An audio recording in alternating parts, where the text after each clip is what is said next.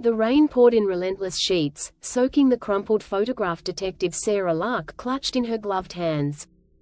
The image was of Alice Weaver. She stared at the camera, her auburn hair tied back, a faint smile barely masking a deep sadness in her eyes. Alice was missing. Her husband, Tom, claimed she'd only been gone an hour. Sarah had seen plenty of missing person cases, but nothing about this one made sense. Tom Weaver had walked into the station the night before, trembling and insistent. His wife hadn't returned from a walk. She'd only been gone 60 minutes, but he swore something terrible had happened. "She never goes anywhere without telling me," he said. "Something's wrong." At first, Sarah thought he was overreacting. An hour wasn't long to panic. But the look in his eyes had convinced her otherwise. Sarah drove to the Weavers' suburban home, a neat two-story house with a precisely trimmed lawn. Tom greeted her at the door, his face pale and gaunt. The house inside was spotless. Too spotless. The clocks on the walls caught her attention immediately. Each one was set a minute apart, ticking with a synchronized rhythm. Tom noticed her staring. Alice was obsessed with time, he explained quietly. She said it helped her control the chaos. Sarah nodded. She could already feel this case was going to get stranger. "Walk me through yesterday," she said, flipping open her notebook. Tom recounted the day with meticulous detail. They'd run errands in the morning, had lunch at their favorite diner, and returned home around 2 p.m. At 2:30, Alice said she needed a walk to clear her head. When she wasn't back by 3:30, he began calling her. No answer. By 4 o'clock, he was in the station, desperate for help. "It's unusual for her," he insisted. "She's never late, never out of touch." Sarah frowned. "That's awfully quick to assume the worst," she said. Tom's face darkened. "Alice isn't the type to just vanish," he said firmly. "She's precise." Before Sarah could respond, her phone buzzed. Alice's cell phone had been pinged. It was still active, located at the edge of Greenmont Park, less than a mile away. The park was eerily empty. Rainwater pooled in the mud as Sarah and Tom searched near a bench overlooking a pond. Alice's phone was on the ground, perfectly intact. Nearby, Sarah spotted faint footprints leading into the woods. "Stay here," she told Tom, her hand instinctively brushing her holster. The footprints led to a clearing where she found a cracked watch lying in the mud. It had stopped at exactly 2:43 p.m. Beside it was a single silver earring. Her stomach twisted. Sarah bagged the evidence and photographed the scene. But the trail stopped cold. It was as though Alice had vanished into thin air. The anonymous letter arrived the next day. Inside was a grainy photograph of Alice. She was sitting in a dark, windowless room, her expression blank, her eyes vacant. Scrawled across the back of the photo was a single sentence: "You're running out of time." The letter changed everything. Sarah dug deeper into Tom's past, discovering his first wife, Evelyn, had vanished under eerily similar circumstances. Tom had been the last person to see Evelyn alive, but her body was never found, and the case went cold. When Sarah confronted him, Tom denied everything. "I loved Evelyn," he said, his voice shaking. "And I love Alice." But cracks began to show. Sarah noticed his demeanor changed abruptly, as though he were flicking a mental switch. One moment, he was pleading and desperate. The next, he was cold and calculating. The breakthrough came with another letter. This one was longer, with shaky handwriting. It begged Sarah to hurry, warning that Alice's time was running out. The tone was completely different from the first letter. It was desperate, almost apologetic. Sarah had a chilling realization. Tom wasn't just lying. Tom wasn't even entirely in control. As Sarah investigated further, she pieced together the truth.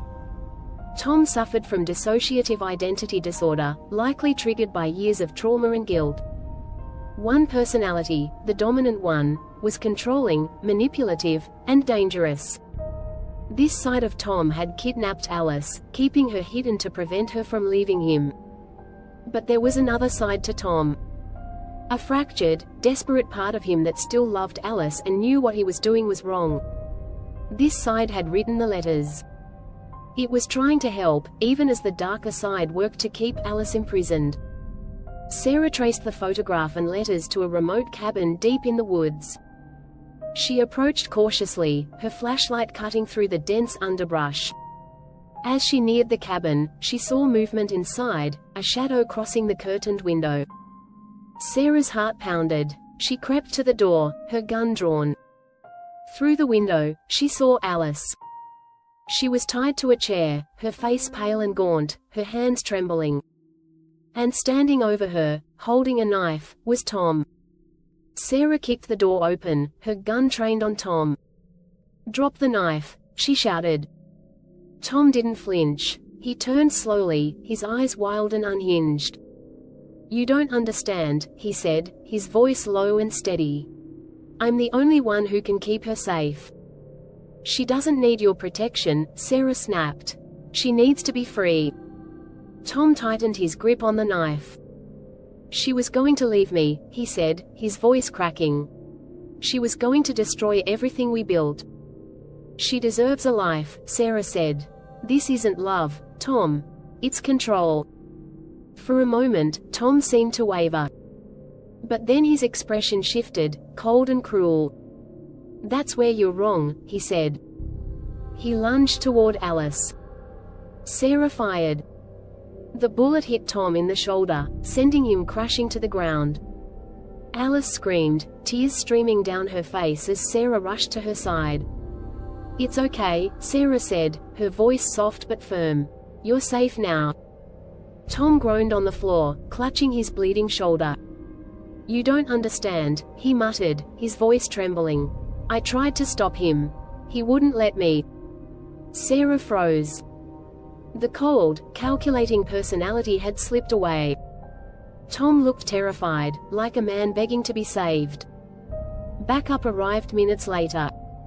Paramedics tended to Tom and Alice, ensuring both would survive the ordeal. Sarah stayed close to Alice, wrapping a blanket around her trembling shoulders. "You're going to be okay," Sarah whispered.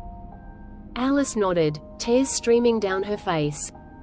Once the ambulance cleared her, Sarah helped her to her feet. "Let's get you to the station," she said. They drove in silence, Alice staring out the window, her hands clutching the blanket tightly. At the station, Alice gave her statement. She described how Tom's moods shifted unpredictably, how he controlled every aspect of her life. But it wasn't just Tom, it was the other side of him. "The other one," Alice whispered. "He'd apologize sometimes. He'd leave little notes. But the bad one, he was relentless." Sarah's heart ached as she listened. Alice had lived in constant fear, trapped between the two sides of the man who claimed to love her. Tom was charged with kidnapping, false imprisonment, and attempted murder. The evidence Sarah collected from the cabin sealed his fate. In court, psychological evaluations confirmed what Sarah had suspected. Tom suffered from dissociative identity disorder, his fractured mind waging a war against itself. Alice moved out of the house and began rebuilding her life. She started therapy, reconnected with old friends, and found a job teaching again. Sarah visited her often, bringing small tokens of encouragement. One day, Alice handed Sarah her old watch, the one that had stopped at 2:43 p.m. "Fix it," she said softly. "It's time to move forward." Sarah smiled, holding the watch tightly. For the first time in months, she felt a sense of peace. The case was closed, and Alice was finally free.